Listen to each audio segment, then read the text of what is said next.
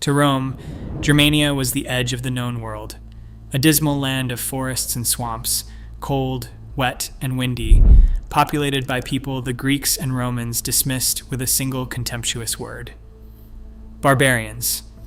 It was a term used to denigrate anyone outside the Roman and Greek worlds as uncivilized, as somehow less than fully human. But like most stereotypes built to serve the people using them, this one obscured far more than it revealed.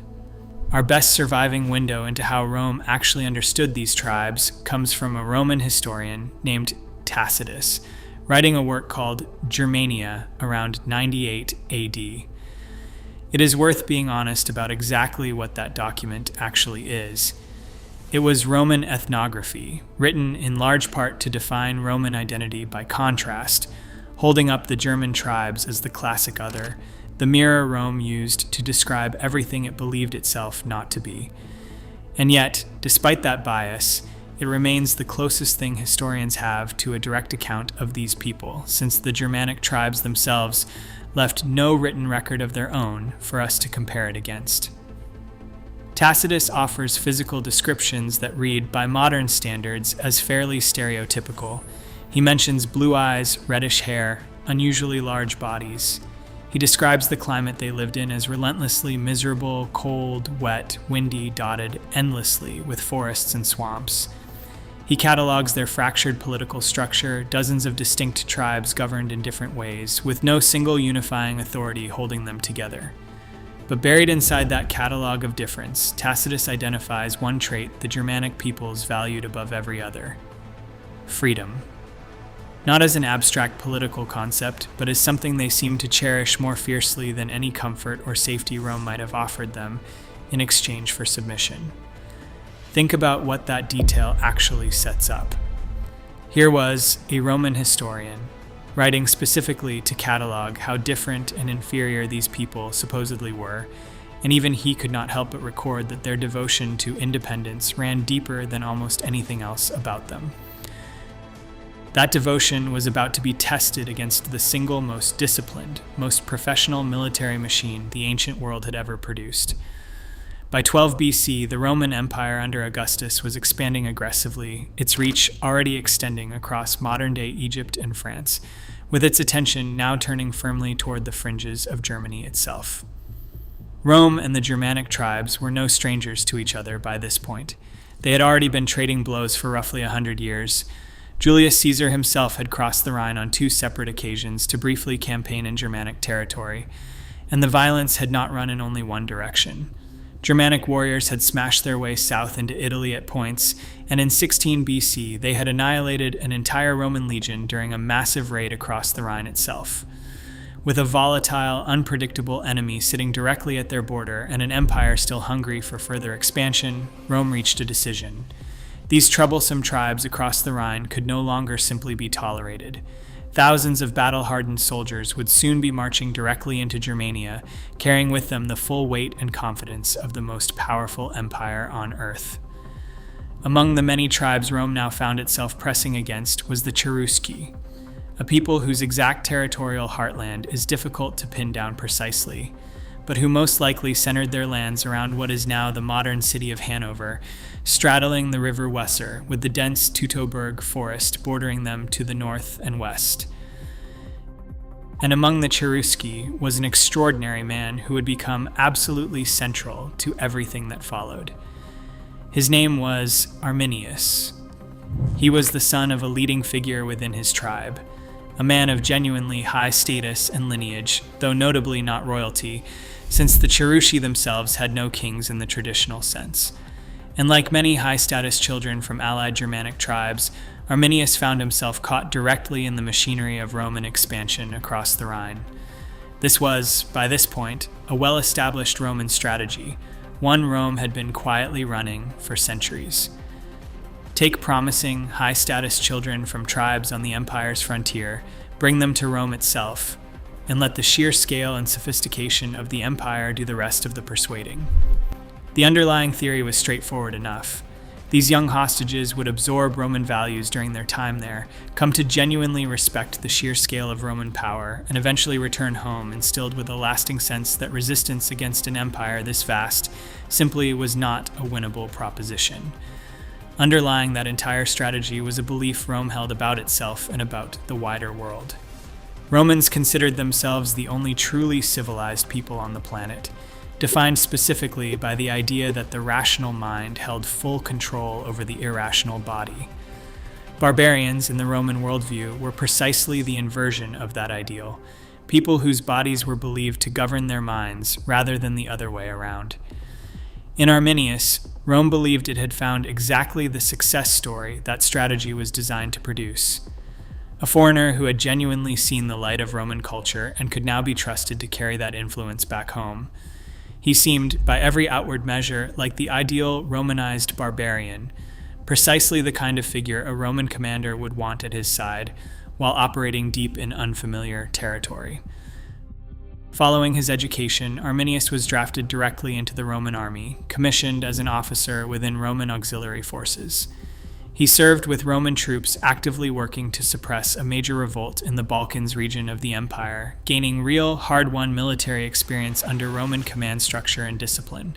His unit was eventually transferred back to the Rhine frontier, and it was there that his path would cross directly with the man who would come to trust him more completely than perhaps any other Roman ever had. Rome believed with real confidence that it had successfully built the ideal Romanized barbarian, a bridge between two worlds who would help secure Roman interests deep inside Germanic territory. What Rome had actually built without realizing it was something far more dangerous. A man who understood Roman tactics, Roman command structure, and Roman psychology from the inside, and who was about to be placed directly at the side of the general who would come to trust him without reservation. The man Arminius would come to serve so closely was Publius Quinctilius Varus, and it is worth being honest about who Varus actually was, rather than reducing him immediately to the caricature history is often made of him. Varus was, by any reasonable measure, an experienced and capable Roman official, a skilled politician and administrator, a genuine military commander who had already served the interests of Augustus himself in both Africa and Syria before ever setting foot in Germania. He had become, over the course of his career, a significant and trusted figure at the very heart of the imperial regime. When he was appointed governor of Germania in 7 AD, it came at a genuinely difficult moment for the wider Roman world, and by most accounts, Varus was considered exactly the kind of safe, capable pair of hands the fragile new province actually needed. Under his command sat 5 full citizen legions, 3 of which he personally led on summer campaign in 9 AD, while the remaining 2 stayed behind to hold the Rhine frontier itself. And the destination Varus chose for that summer's campaign was, on paper, about as safe a choice as existed anywhere in the region: Cheruscan territory. Think about why that choice made real strategic sense at the time. The Cherusci had been formally allied with Rome for roughly 2 decades by this point. They had sent hostages to Rome as a demonstration of good faith. They regularly contributed troops to Roman military efforts. If there was any single tribe across the entire frontier that Rome genuinely believed it could rely on, it was the Cherusci, and basing an extended summer campaign inside their territory seemed, by every reasonable measure available to Varus, like a fundamentally safe decision. There is physical evidence from this exact period that helps ground this entire story in something you can actually hold and examine directly. The oldest and most complete example of Lorica segmentata, the innovative segmented armor that was, at this point in history, the newest and most advanced protective equipment available to any Roman soldier, has been recovered from deep inside Germanic territory and dated precisely to this first decade AD. Given where and when it was found, it almost certainly belonged to one of Varus's own legionaries, a direct physical thread connecting a museum display case today to the exact soldiers marching through Cherusci lands that summer. All through those months, local Germanic chieftains treated Varus and his men with what appeared to be genuine warmth and cooperation. As far as Varus could tell, based on everything happening directly around him, these were loyal, thoroughly pacified allies, exactly the kind of stable relationship Roman policy, in the region had been carefully working to build for years. He had absolutely no idea that behind that friendly surface, he was being deliberately and patiently set up. And the man responsible for that setup was not some distant tribal rival watching from the shadows. It was standing directly at his side, advising him, translating for him, and quietly, methodically, preparing to betray him completely. While Varus and his men spent that summer treating their posting as calm, uneventful, and entirely secure, Arminius was elsewhere, ostensibly working directly on Rome's behalf. He had left camp for extended stretches, supposedly negotiating with neighboring tribes to secure their continued loyalty to the Roman cause. In reality, he was building something else entirely, a coalition for open rebellion. He had real material to work with. Genuine, accumulated resentment toward Roman domination had been building steadily across the region for years. The ordinary friction of occupied peoples living under a foreign power that taxed them, judged them, and increasingly reshaped their lives according to Roman priorities rather than their own. And Arminius had one additional advantage working directly in his favor. A major uprising was already underway simultaneously in the Balkans region of the empire, stretching Roman military resources and attention thin at exactly the moment he needed Rome distracted elsewhere. Piece by piece, tribe by tribe, Arminius quietly assembled the alliance he would need. And crucially, he did it almost entirely undetected by the one man positioned to stop him before any of it truly began. There was, however, one voice that saw through the deception clearly. A Cheruscan nobleman named Segestes, whose own daughter had run off with Arminius against his wishes, went directly to Varus with an urgent warning. "Do not trust Arminius," he said. "Bind him in chains. Detain him immediately, before it is too late." Varus dismissed the warning entirely, and when you actually weigh the decision he was facing in that exact moment, it is worth being honest that it was not an unreasonable call by the standards available to him at the time. Segestes was, after all, a man with an obvious personal grievance, a father whose daughter had chosen another man over his wishes. Arminius, by contrast, was an experienced, decorated Roman officer, someone Varus interacted with on a near-daily basis, someone who had already proven himself repeatedly within the Roman military system itself. Faced with the choice between a known, trusted quantity and a rival with a clear personal motive to lie, Varus chose to trust Arminius. It would prove to be the single costliest misjudgment of the entire campaign. In early September, as Varus's men began breaking down their summer camp in preparation for the return march to the Rhine, a messenger arrived carrying disturbing news. A distant uprising, far to the west, many days' march away.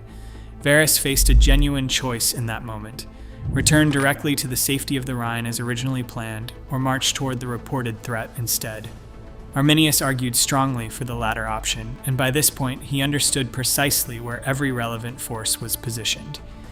He had spent the entire summer quietly gathering exactly this kind of tactical knowledge.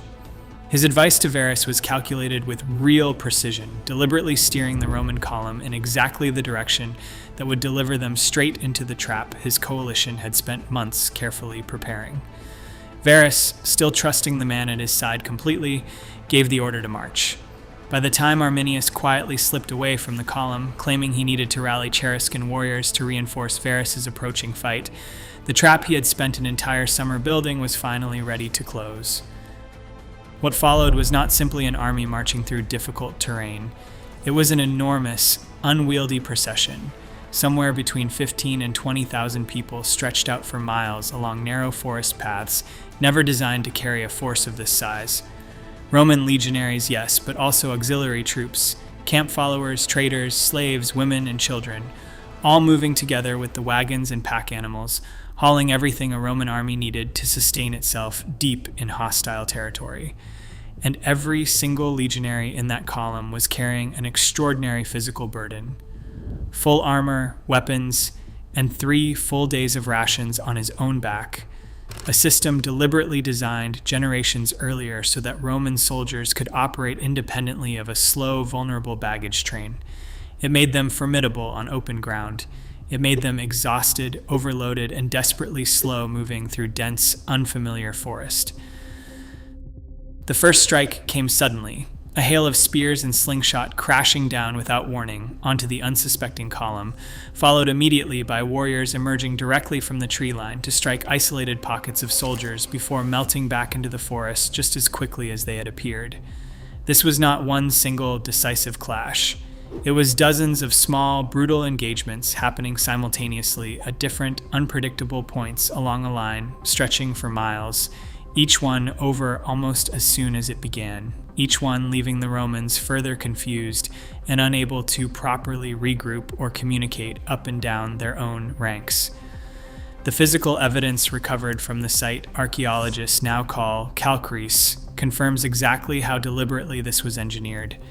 A constructed earthwork and timber palisade stretching for several hundred meters directly along the only viable path through this specific stretch of terrain, funneling the entire Roman column into a narrow killing zone squeezed between a forested rise on one side and an utterly impassable bog on the other. This was not simply an army stumbling into an unlucky ambush somewhere convenient. This was carefully engineered terrain warfare. Built specifically around Arminius' own intimate knowledge of both the physical landscape and the exact Roman marching formation, it was designed to systematically break apart. By the second night, conditions were deteriorating badly in every direction at once. Rain and wind intensified, turning already difficult ground into something close to unworkable. Discipline within the ranks was already beginning to visibly fracture under the combined weight of exhaustion, cold, and mounting confusion about who exactly was actually attacking them. And by this point, it seems increasingly likely that Varus himself had already worked out precisely who was truly responsible for the disaster now closing in around his entire army, a realization that must have arrived alongside a devastating private recognition of exactly how completely he had been deceived and how directly his own trust had helped deliver his men into this exact trap. Nearly 2,000 years later, the ground at Kalkriese has quietly given back what the forest once took, piece by piece, and each recovered object adds its own small, specific detail to the story. Archaeologists working the site have recovered roughly 5,000 to 6,000 individual Roman finds, along with more than 2,000 coins scattered across the battlefield.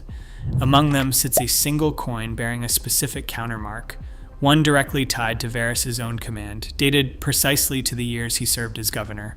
Holding physical evidence that specific connected that directly to one named historical figure is genuinely rare in archaeology of this age. Then there are the human remains.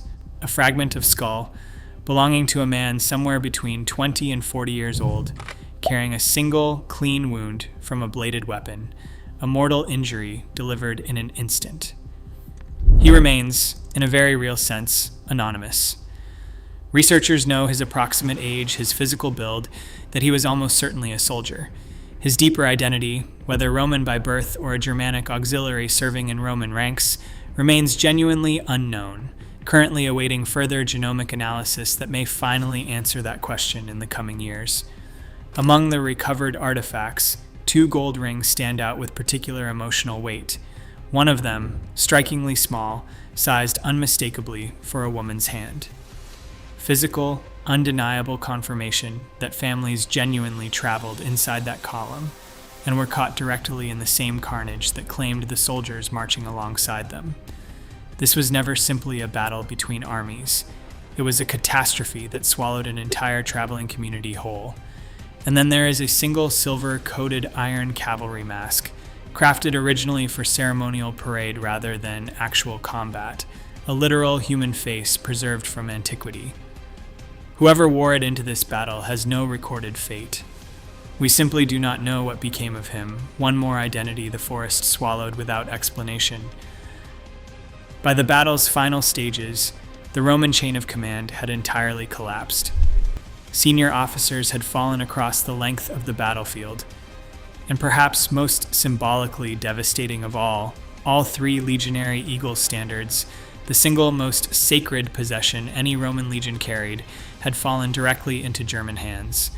Varus himself, by this point almost certainly already wounded, and facing the near certainty that capture would mean public humiliation and execution back in Rome, made the decision to take his own life directly on the battlefield rather than risk that fate. The sources never record exactly how he did it. Arminius, standing over the remains of the commander who had trusted him completely just days earlier, ordered his severed head taken as unmistakable proof of what had actually happened here.